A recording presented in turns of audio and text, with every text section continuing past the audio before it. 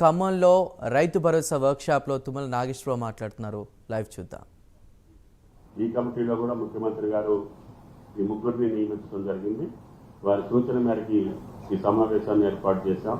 కాబట్టి దయచేసి బట్టి గారు చెప్పినట్టుగా మీ మనసులో ఉన్నది ఏది చేస్తే పక్క రైతులకి, చిన్న రైతులకి, సన్నకారు రైతులకి ఈ న్యాయం జరుగుద్ది, వాళ్ళకి ఏ రకమైనటువంటి వెసులుబాటు ఇవ్వగలుగుతుంది ఈ ప్రభుత్వం అనేది మీ మనసులో మాట చెప్పాలని చెప్పి విజ్ఞప్తి చేస్తూ, ప్రభుత్వానికి ఈ రోజుకి ఏ ఆలోచన చేయలేదు.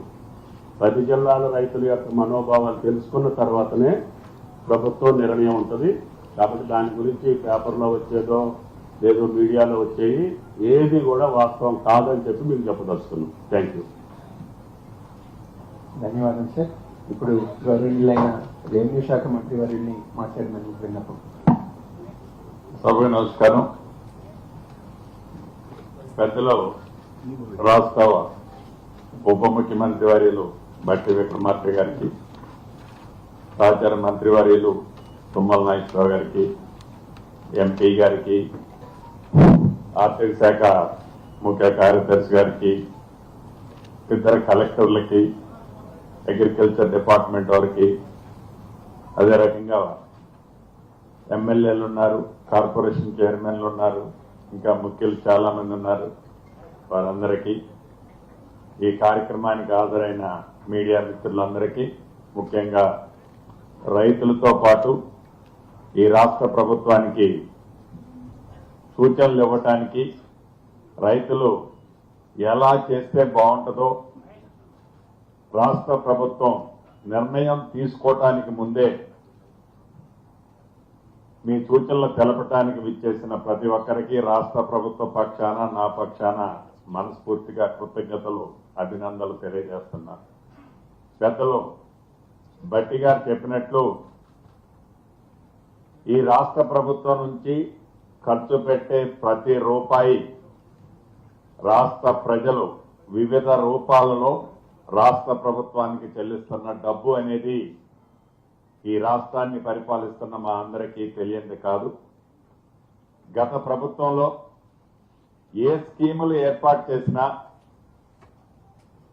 ఏ పేదోళ్లకి కానీ ఏ కార్యక్రమాన్ని చేపట్టాలనుకున్నా ఆనాడు ప్రజల అభిప్రాయాలు ఏనాడు సేకరించలేదు.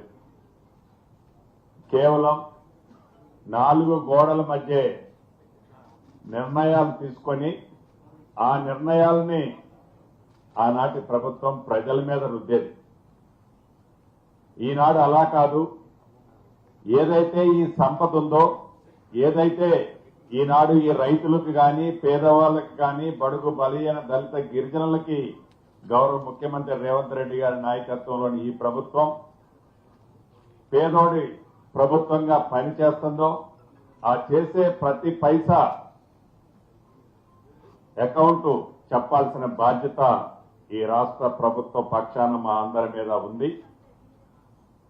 నిర్ణయం మేమేమి ప్రియాక్యుపైడ్ మైండ్ తో ఇక్కడ కూర్చోలేదు. ఇందాక బట్టి గారు కానీ, తుమ్మల గారు కానీ చెప్పినట్లు ఓపెన్ గా డిబేట్ చేసి ప్రజల నుంచి ఏవైతే అభిప్రాయాలు వస్తాయో, రైతుల నుంచి ఏ అభిప్రాయాలు వస్తాయో, నిజంగా ఎవరికి సహాయం చేస్తే ఆ రైతులు మంచిగా ఆనందంగా ఉంటారో అనేది మీ నుంచే ఆ వివరాలు సేకరించి ఈ రాష్ట్ర ప్రభుత్వం చేయాలన్నదే ఈ సభల యొక్క ముఖ్య ఉద్దేశం. సబ్ కమిటీగా అధ్యక్షులుగా బట్టి గారు, మిగతా మెంబర్లు మేమందరం ఒక ఉమ్మడి ఖమ్మం జిల్లానే కాదు, రాష్ట్రంలో మిగతా 9 జిల్లాల్లో కూడా రైతులు, ప్రజలు, ప్రముఖుల యొక్క అభిప్రాయాలు సేకరించుకొని మీ అభిప్రాయాలన్నింటినీ క్షుణ్ణంగా పరిశీలించి ఆ తదుపరి నిర్ణయం తీసుకొని బట్టి గారు చెప్పినట్టు రేపు రాబోయే అసెంబ్లీలో మీరిచ్చే సూచనల్ని అసెంబ్లీలో పెట్టి, ఏదైతే ఈనాడు ప్రధాన ప్రతిపక్షం నిన్న మొన్న మాట్లాడుతుంది, అసెంబ్లీ కొద్ది రోజుల్లోనే ఉంది. ఇప్పుడు వీళ్ళు సమావేశాలు పెట్టి ఈ అసెంబ్లీలో చర్చించాలని కానీ, రైతుల్ని ఆదుకోవాలని కానీ ఈ రాష్ట్రానికి, రాష్ట్ర ప్రభుత్వానికి చిత్తశుద్ధి లేదు అని నిన్ననో మొన్ననో ప్రధాన ప్రతిపక్షమని చెప్పుకుంటున్న పెద్దలు కొంతమంది మాట్లాడుతున్నారు. ఇందాక బట్టి గారు చాలా క్లారిటీగా చెప్పారు, ఈ అసెంబ్లీలోనే పెడతాం, మీరు ప్రజల అభిప్రాయాలు ఏంటో మీ ముందు పెడతాం, గతంలో మీరు ఏం చేశారో అది ప్రజలు ఇప్పుడు చెప్పబోతారు, తప్పకుండా అదంతా అసెంబ్లీలో పెట్టి రాబోయే ఈ అసెంబ్లీలోనే ఒక కంక్లూజన్ వస్తుందనేది కూడా ప్రధాన ప్రతిపక్షం ఒక్కసారి అది గ్రహించాలని మనస్ఫూర్తిగా తెలుపుతూ, బట్టి గారు చెప్పినట్లు ఈ సభ ప్రశాంతంగా క్లుప్తంగా, ఎందుకంటే ఎక్కువ మంది మాట్లాడితే మీ సూచనలు సలహాలు ఈ రాష్ట్ర ప్రభుత్వానికి తప్పకుండా మార్గదర్శకాలు అవుతాయి. కాబట్టి ఉపన్యసించకుండా మీరు చెప్పాల్సిన పాయింట్ సూటిగా చెప్పాలని రైతులకి సపోర్ట్ చెప్పడానికి వచ్చిన మేధావులందరినీ మనస్ఫూర్తిగా కోరుకుంటూ సెలవు తీసుకుంటున్నారు.